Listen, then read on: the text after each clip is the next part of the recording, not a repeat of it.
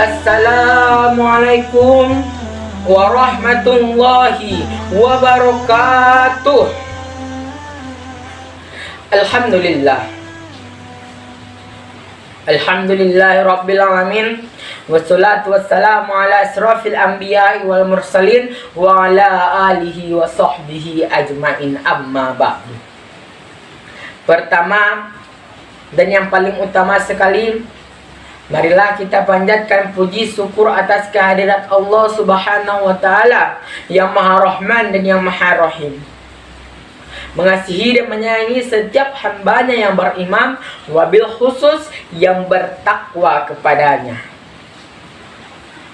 Kemudian selawat bertangkaikan salam kepada junjungan kita, yakni Habibana wa Nabiyana Muhammad sallallahu alaihi wasallam. Allahumma salli ala Sayyidina Muhammad wa ala ali Sayyidina Muhammad.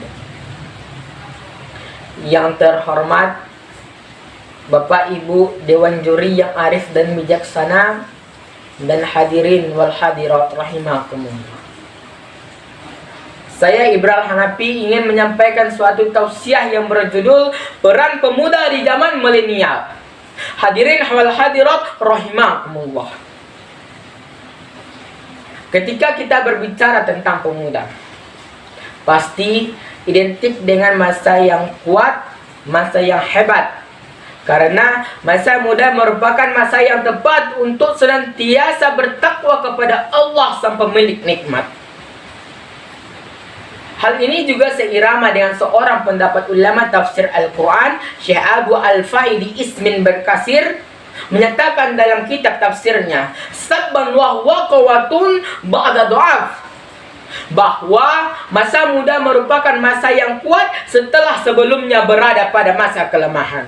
Pantas juga proklamator kita Bung Karno pernah berkata, "Give me your time, we will start in the world." Beri aku 10 pemuda, akan kuguncang dunia.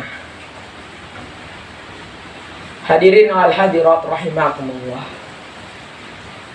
Kita sebagai pemuda yang diberi oleh Allah Subhanahu wa Ta'ala nikmat, yang diberi oleh Allah anugerah fisik yang kuat, mata masih bisa melihat dengan tepat, tangan masih bisa mengangkat beban yang berat, kaki masih bisa berjalan dengan cepat. Maka gunakanlah wahai pemuda untuk senantiasa taat kepada Allah yang Maha Hebat. Hadirin wal hadirat. Namun ada hal yang menyedihkan, memalukan, bahkan memilukan. Tidak sedikit pemuda yang kaya raya, segala ada, segala punya, yang istilahnya HP-nya Nokia, laptopnya Toshiba, kontrakannya di mana-mana, tetapi hati dan batinnya gegana karena terjerumus jurang narkoba dan wanita penggoda. Mungkin timbul dalam hati kita sebagai pemuda yang harapan bangsa, insya Allah juga harapan mertua. Bagaimana kita menghindari dampak negatif dari era globalisasi di zaman milenial ini? Ada seorang ulama yang memberikan solusi kepada kita dengan cara tarbiyatul fardiyah.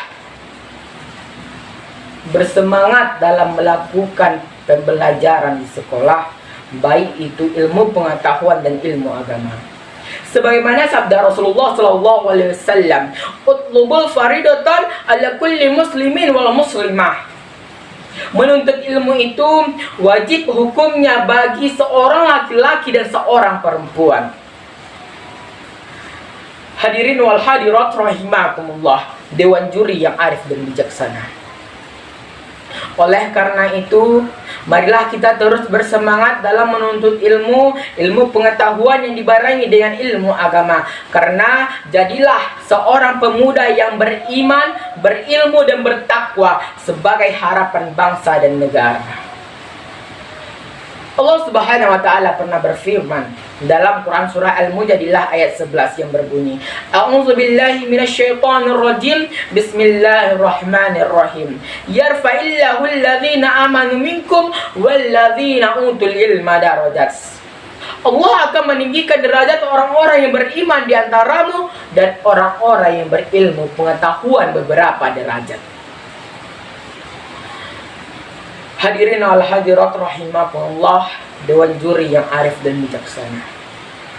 Demikian pidato yang dapat saya sampaikan.